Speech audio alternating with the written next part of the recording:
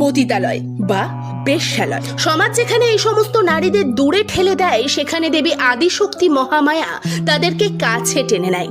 এই জায়গা অশুদ্ধ বলে মনে করেন সকলে, কিন্তু কি অদ্ভুত মায়ের লীলা দেখুন।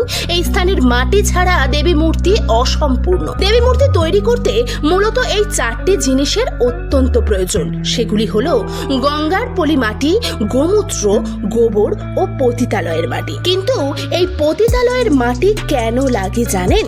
বর্ণিত আছে, পুরুষেরা যখন পতিতালয়ে পা দেন তখন তাদের সমস্ত পুণ্য ফেলে আসেন ওই মাটিতে, আর সেখান থেকে নিয়ে আসেন বহু পাপ। সেই সব পুরুষদের পুণ্যের কারণেই এই জায়গা নাকি সব থেকে বেশি বিশুদ্ধ।